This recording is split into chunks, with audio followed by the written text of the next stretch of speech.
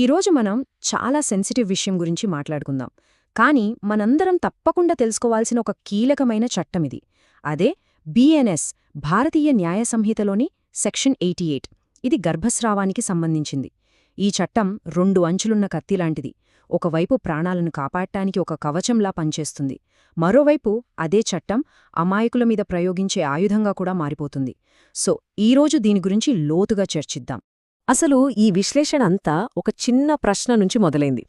రామయ్య అనే ఒక ఆయన అడిగాడు, సురేష్, గర్భం పోతే అది ఎవరిదైనా తప్పా అని చాలా సింపుల్గా అడిగేశాడు. వినడానికి చాలా సాధారణంగా అనిపించొచ్చు, కానీ ఈ ఒక్క ప్రశ్న వెనుక ఎంతో బాధ, ఎన్నో చట్టపరమైన చిక్కుముడులు ఉన్నాయి. పదండి, ఈ ప్రశ్నకు సమాధానం వెతుకుతూ ముందుకు ఎందుకంటే ఇది కేవలం ఒక లీగల్ ప్రశ్న కాదు, ఇదొక జీవన్ మరణ సమస్య. చూడండి, ఒకవైపు ఒక ప్రాణం, మరోవైపు ఇంకొకరి స్వేచ్ఛ.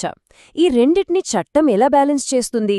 అది తెలుసుకోవాలి అంటే మనం ఈ రామయ్య ప్రశ్న చుట్టూ ఈ చట్టం ఏం చెబుతుందో స్టెప్ బై స్టెప్ విడమరిచి చూడాలి. ఓకే, ఫస్ట్ ఆఫ్ ఆల్ ఒక బేసిక్ విషయం క్లియర్ చేసుకోవాలి. చట్టం ప్రకారం అన్ని గర్భస్రావాలు ఒకటే కాదు. సహజంగా అనుకోకుండా జరిగేదానికి, ఎవరైనా కావాలని ఒక ఉద్దేశంతో చేయించిందానికి చాలా చాలా తేడా ఉంది. ఈ లీగల్ యాక్షన్ అంతా ఈ రెండో రకం సిట్యుయేషన్లోనే వస్తుంది. సో ఈ తేడాను అర్థం చేసుకోవడం అనేది సెక్షన్ 88ని అర్థం చేసుకోవడంలో మొదటి అడుగు. ఆల్ రైట్, ఇప్పుడు అసలు మ్యాటర్లోకి వెళ్దాం. ఈ బిఎన్ఎస్ సెక్షన్ 88 నిజంగా ఏం చెబుతోంది? దానిలో వాడిన పదాల వెనుక ఉన్న అర్థమేంటి? అసలు దీని పరిధి ఎంతవరకు ఉంది చూద్దాం.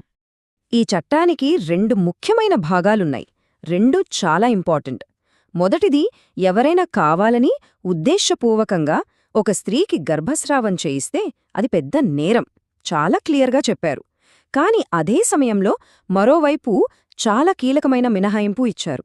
ఏంటంటే, గర్భిణీ స్త్రీ ప్రాణాన్ని కాపాడటం కోసం సద్భావంతో, అంటే మంచి ఉద్దేశంతో చేసిందైతే అది నేరం కాదు. అసలు ఈ రక్షణ లేకపోతే డాక్టర్లు కూడా క్లిష్ట పరిస్థితుల్లో ప్రాణాలు కాపాడటానికి వెనుకడుగు వేయాల్సొస్తుంది కదా. సో ఇక్కడ కీలకమైన పదమొచ్చేసి సద్భావన లేదా గుడ్ ఫెయిత్. అంటే ఏంటసలు? జస్ట్ మంచి ఆలోచన ఉంటే సరిపోదు. డాక్టర్ ఆవిడ ప్రాణానికి నిజంగా ప్రమాదముందని నిర్ధారించుకుని, ఆమెను బ్రతికించడానికి ఇదొక్కటే దారి అని అనుకుని ఆ మెడికల్ నిర్ణయం తీసుకుంటే అప్పుడు చట్టం వాళ్ళని రక్షిస్తుంది. ఇక్కడ పాయింట్ ఏంటి? ప్రాణం కాపాడడమే ముఖ్య ఉద్దేశం, అంతేకాని పిండానికి హాని చేయడం కాదు. ఈ నిర్ణయం వెనుక సరైన వైద్యపరమైన కారణాలు, రికార్డులు అన్నీ ఉండాలి. ఈ నేరం ఎంత తీవ్రమైనదో తెలుసుకోవాలి అంటే దానికుండే శిక్షలు చూడాలి. గర్భం దాల్చిన తొలిదశలో ఎవరైనా చట్టవిరుద్ధంగా చెడ్డ ఆలోచనతో గర్భస్రావం చేయిస్తే గరిష్టంగా 3 సంవత్సరాల వరకు జైలు శిక్ష పడుతుంది. అంటే చట్టం దీనిని ఎంత సీరియస్గా తీసుకుంటుందో అర్థం చేసుకోవచ్చు.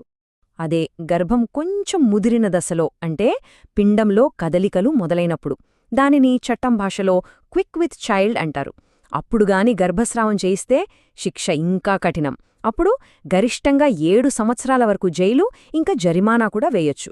అంటే పిండం పెరిదే కొద్దీ నేరం యొక్క తీవ్రత కూడా పెరుగుతుందని చట్టం భావిస్తుందన్నమాట. ఈ సెక్షన్లో ఇంకో ముఖ్యమైన పాయింట్ ఉంది. ఇది చాలామందికి తెలీదు. ఒక స్త్రీ తనకు తానే ఉద్దేశపూర్వకంగా గర్భస్రావం చేసుకున్నా అది కూడా ఈ సెక్షన్ కిందకే వస్తుంది. అంటే ఈ చట్టం ఎవర్ని వదలకుండా అన్ని కోణాలను కవర్ చేసేలా డిజైన్ చేశారు. ఓకే, ఇప్పుడు వరకు మనం చట్టం యొక్క మంచి ఉద్దేశ్యం గురించి చూశాం. కానీ ప్రతి నాణానికి బొమ్మ బొరుసు ఉన్నట్టు, ప్రతి చట్టానికి ఒక చీకటి కోణం ఉంటుంది. మంచి కోసం పెట్టిన ఈ సెక్షన్ 88 ఒక్కోసారి ఒక ఆయుధంలా మారి అమాయకుల జీవితాలని ఎలా నాశనం చెయ్యగలదో ఇప్పుడు చూద్దాం. ఈ చట్టం ఎలా దుర్వినియోగమవుతుంది అంటే, చూడండి, సంబంధాలలో గొడవలొచ్చినప్పుడు ప్రతీకారం కోసం భాగస్వామి మీద తప్పుడు కేసు పెట్టొచ్చు, లేదా కుటుంబమంతా కలిసి ఒత్తిడి చేసి ఆ నిందని ఒక్కరి మీద నెట్టేయొచ్చు. ఇంకా డబ్బుల కోసం డాక్టర్లను బ్లాక్మెయిల్ చేయడానికి, ఒత్తిడి చేయడానికి కూడా ఈ చట్టం వాడుకుంటారు. ఇవేవీ ఊహలు కావు, నిజంగా జరిగే పరిస్థితులు. ఇక్కడ మనం చాలా చాలా ముఖ్యమైన విషయం గుర్తుపెట్టుకోవాలి. ఈ కేసంతా సాక్ష్యాధారాల మీద నడుస్తోంది. సరైన మెడికల్ రికార్డులు, డాక్యుమెంట్లు లేకపోతే ఎవరు చెప్పిన కథలో ఎంత నిజముందో తేల్చడం చాలా కష్టం. అలాంటప్పుడు అందంగా అల్లిన ఒక అబద్ధం కూడా నిజంలా కనిపిస్తుంది. మాటలో యుద్ధంలో కాగితాలు లేని వాదన ఎప్పుడూ బలహీనమే. మరి ఇలాంటి తప్పుడు ఆరోపణల నుంచి మనల్ని మనము ఎలా కాపాడుకోవాలి? భయపడాలా? అస్సలు అవసరం లేదు. మన రక్షణకి ఒకే ఒక్క దారి ఉంది. అదే పత్రాల ఆధారం. మన దగ్గరున్న ప్రతి కాగితం, ప్రతి రికార్డు మనకి ఒక కవచంలా పనిచేస్తుంది. ఆ కవచాన్ని ఎలా నిర్మించుకోవాలో ఇప్పుడు చూద్దాం. ఒకవేళ మీపై ఇలాంటి ఆరోపణలొస్తే కంగారు పడకుండా వెంటనే ఈ 4 పనులు చెయ్యండి. మొదటిది, ఆస్పత్రికి సంబంధించిన ప్రతి ఒక్క రికార్డు, స్కానింగ్ రిపోర్ట్లు, మందుల చీటీలు అన్నీ పట్టుకుని భద్రపర్చుకోండి. రెండవది, చికిత్సకు ముందు తీసుకున్న రాతపూర్వక సమ్మతి పత్రాలను జాగ్రత్త చేసుకోండి. మూడవది, మొదటి రోజు నుంచి జరిగిన ప్రతి విషయాన్ని తేదీలతో సహా ఒకచోట రాసుకోండి.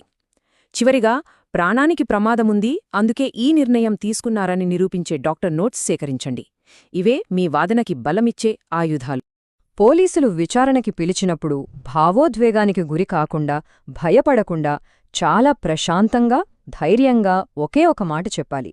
అన్ని వైద్య రికార్డులు మా న్యాయవాది ద్వారా మీకు అందిస్తాము.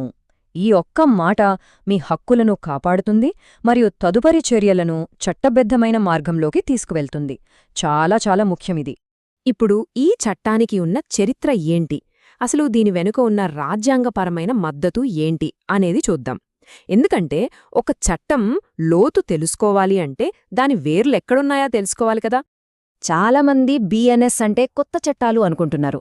కానీ ఈ సెక్షన్ 88 విషయానికొస్తే ఇది కొత్త సీసాలో పాత సారా లాంటిది. ఇది పాత ఇండియన్ పీనల్ కోడ్ అంటే ఐపీసీలో ఉన్న సెక్షన్ 312కి జిరాక్స్ కాపీ అనుకోండి.